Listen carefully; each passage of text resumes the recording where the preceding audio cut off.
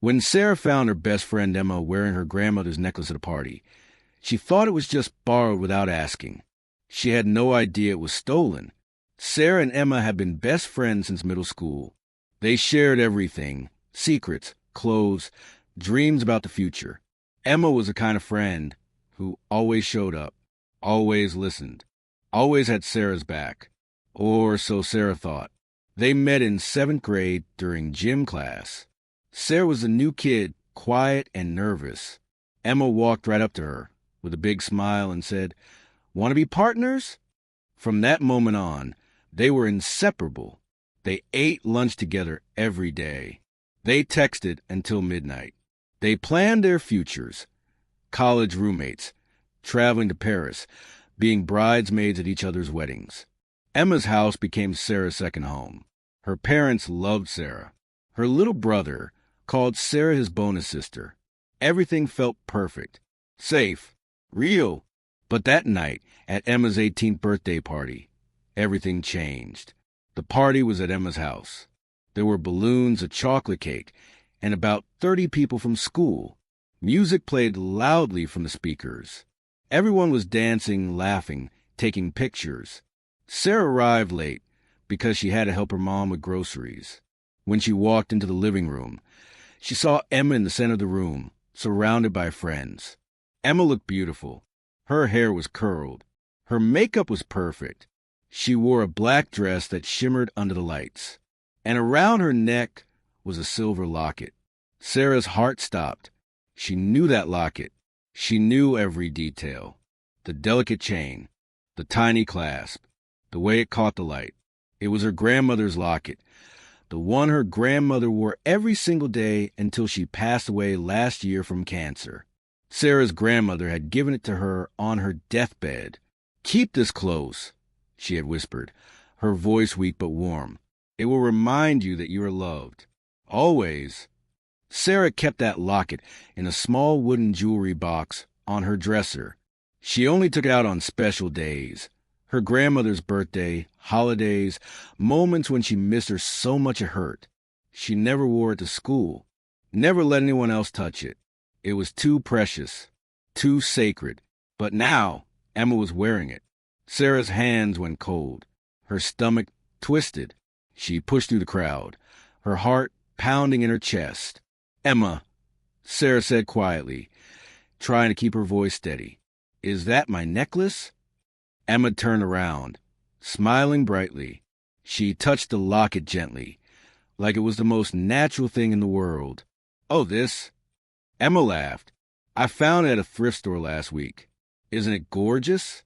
I fell in love with it the second I saw it." Sarah stared at her. "A thrift store? No, that was impossible. Are you sure?" Sarah asked, her voice shaking now. "Because it looks just like—" "Trust me, Sarah," Emma interrupted, still smiling. "I would never take your stuff without asking. You know me better than that." But Sarah did know. She knew that locket had a tiny dent on the back, a small imperfection from when her grandmother accidentally dropped it years ago. She knew because she had traced that dent with her fingers 100 times while crying in her room after her grandmother died. "Can I see the back?" Sarah asked. Emma's smile flickered, just for a second, but then she laughed again and said, "Sarah, you're acting weird. It's just a necklace." Someone called Emma's name from across the room. Emma squeezed Sarah's shoulder and said, "I'll talk to you later, okay?" Then she disappeared into the crowd. Sarah stood there, frozen. Her chest felt tight. Her mind raced. She wanted to believe Emma. She wanted to think it was all just a coincidence. But deep down she knew that was her locket. Sarah left the party early. She didn't say goodbye. She just walked out the front door, got into her car, and sat in the driveway for 10 minutes, staring at nothing. When she got home, she went straight to her room. She opened her jewelry box with trembling hands. The locket was gone. Sarah's breath caught in her throat. She searched through the box. She checked under her dresser. She looked everywhere. It wasn't there. And if Emma lied about this, what else had she lied about? Sarah sat on the floor of her bedroom, hugging her knees to her chest. The friend she trusted most in the world, the friend who knew how much that locket meant, had just looked her in the eyes and lied. Something inside Sarah broke that night. Not loudly, not dramatically, just quietly, like a crack in glass that no one else could see. The next morning, Sarah woke up with a heavy feeling in her chest. She didn't want to believe it, but she had to know for sure. She went back to her jewelry box and searched again. This time, she looked more carefully. She went through every drawer, every corner, every pocket of her room. The locket was gone. So were 2 rings her mom had given her for her 16th birthday. A silver bracelet she got on a family trip to California. A pair of pearl earrings from her aunt. Even a small charm bracelet she had since she was 10. All of it missing. Sarah's hand shook as she sat on her bed, staring at the empty box. Her mind started replaying every moment Emma had been in her room. Every sleepover, every study session. Every time Emma said, "I love your jewelry. You have such good taste." How long had this been going on? How many times had Emma smiled at her, hugged her, called her best friend, while stealing from her? Sarah felt sick, not just because of the stolen jewelry, but because of what it meant. Emma had betrayed her, over and over again, and Sarah never saw it coming. She wanted to confront Emma right away. She wanted to call her, scream at her, demand answers, but something held her back. Fear, maybe, or shame. What if Emma denied it again? What if no one believed her? Emma was popular, confident. Everyone at school loved her. She was a girl who threw the best parties, who always knew what to say, who made everyone feel special. Sarah, on the other hand, was quiet, shy, the kind of person who blended into the background. If it came down to Sarah's word against Emma's, who would people believe? Days passed. Sarah stopped answering Emma's texts. She avoided her in the hallways at school. She sat in different spots at lunch. But Emma didn't seem to notice. Or if she did, she didn't care. In fact, Emma seemed happier than ever. On Wednesday, Sarah saw Emma wearing the silver bracelet, the one from California. Emma had paired it with 3 other bracelets, stacking them on her wrist like a fashion statement. A group of girls surrounded her, complimenting her style. "Where did you get that?" one girl asked. "Oh, just a little boutique," Emma said casually. "I have an eye for unique pieces." Sarah stood at her locker, watching from a distance. Her throat tightened. She felt invisible. Like her pain didn't matter. Like she didn't matter. On Friday, Emma posted a photo on Instagram. She was posing in front of a mirror, smiling, wearing the pearl earrings. The caption read, "Felt cute, might delete later." The post got over 200 likes. Comments flooded in. "Gorgeous. Where did you get those earrings? You always look perfect."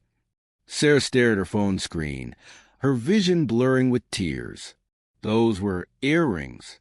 Her aunt had given them to her after her grandmother's funeral, saying, "Your grandma would have wanted you to have something beautiful to remember her by."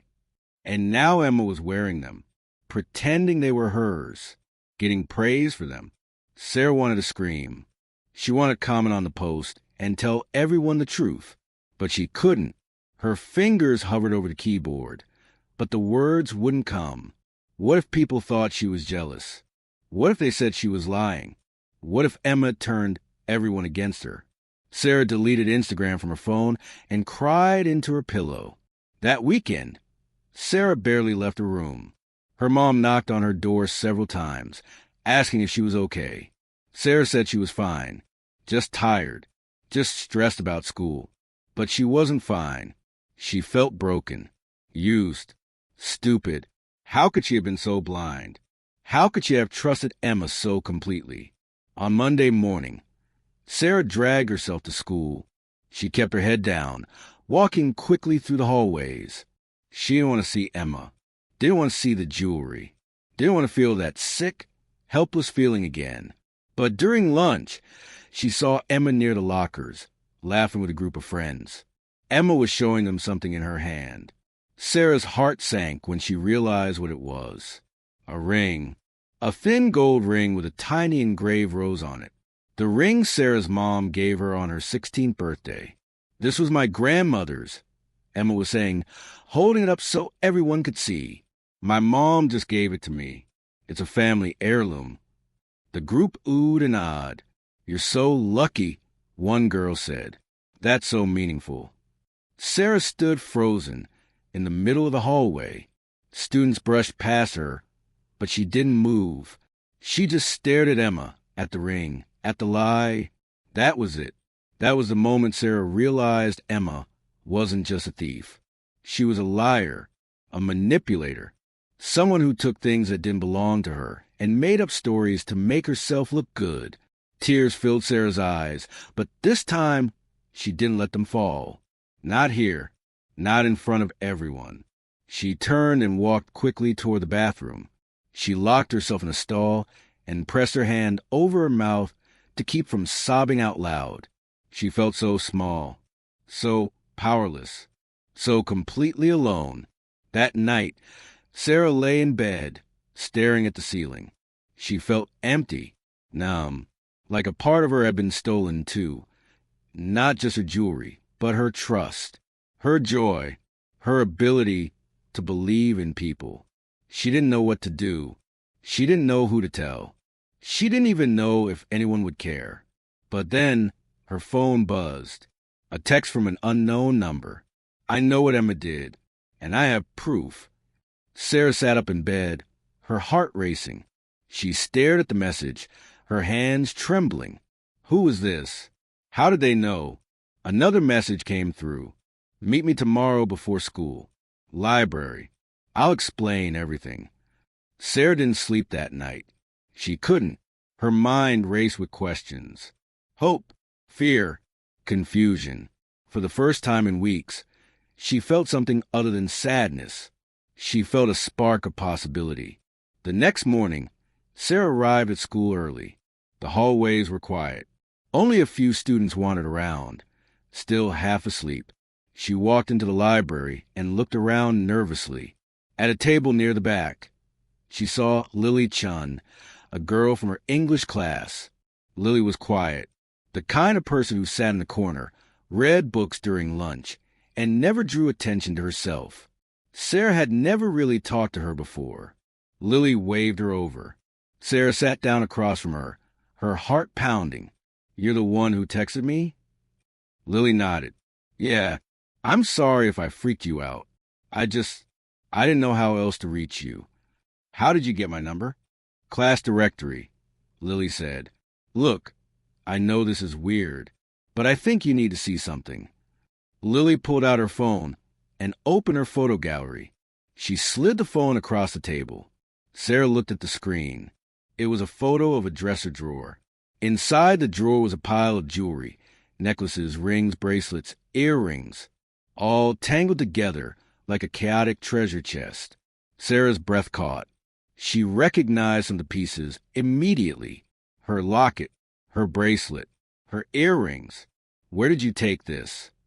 Sarah whispered. "Emma's room," Lily said quietly. "I was at her house 3 weeks ago.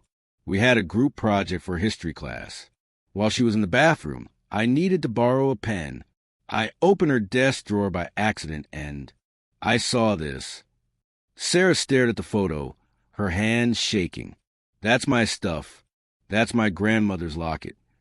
"I know," Lily said, "and I don't think it's just yours." Lily swiped to the next photo. It was a close-up of some of the jewelry. Sarah could see initials engraved on a few pieces. A bracelet with MS etched into it. A ring with JL. "I think Emma's been stealing from a lot of people," Lily said.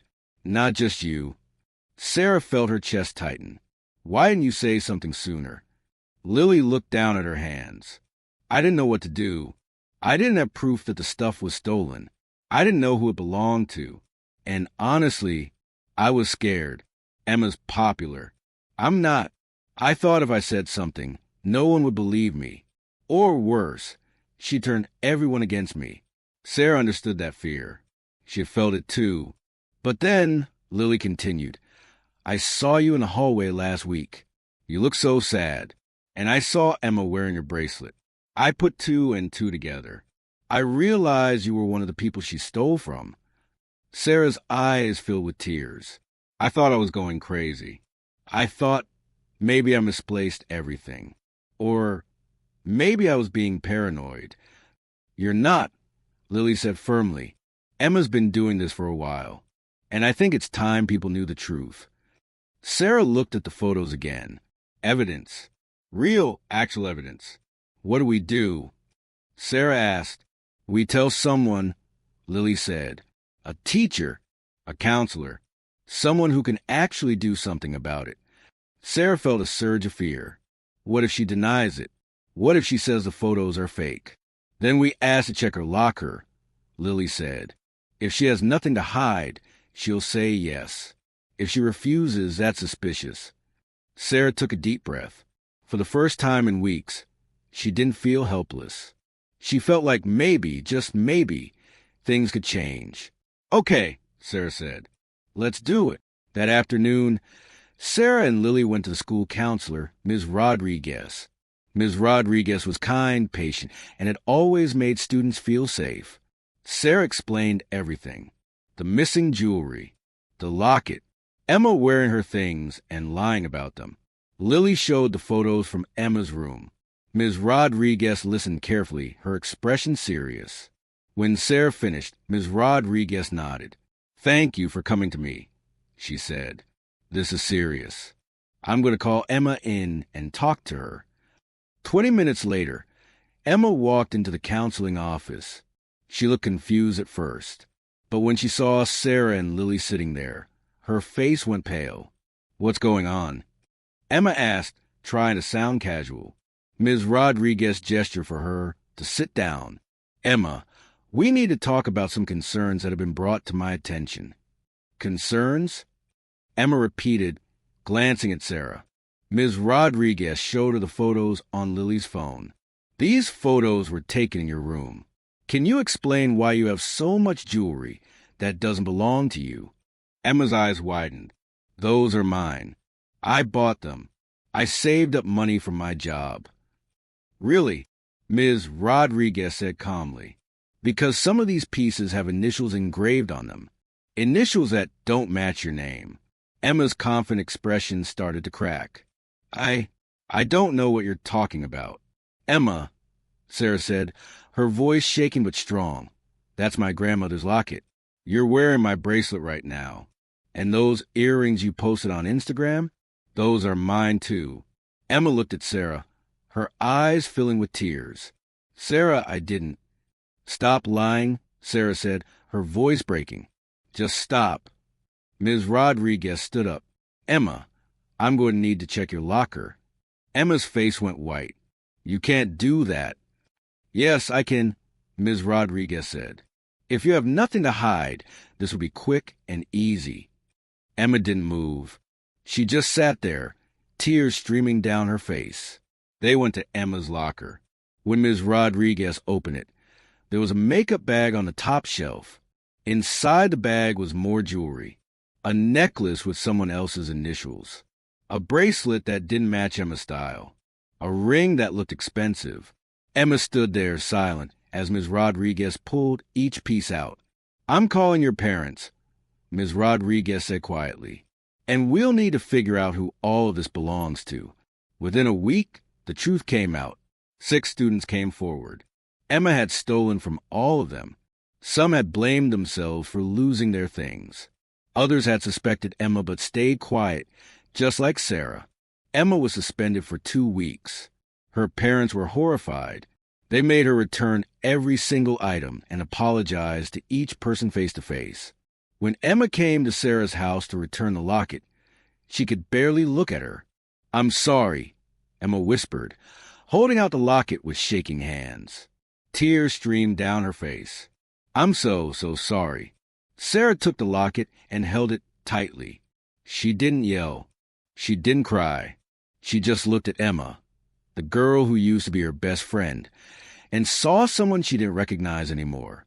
Why? Sarah asked, Why did you do it? Emma wiped her eyes. I don't know. I wanted to feel special. Like I had something no one else did. I know that sounds stupid. I know it doesn't make it okay.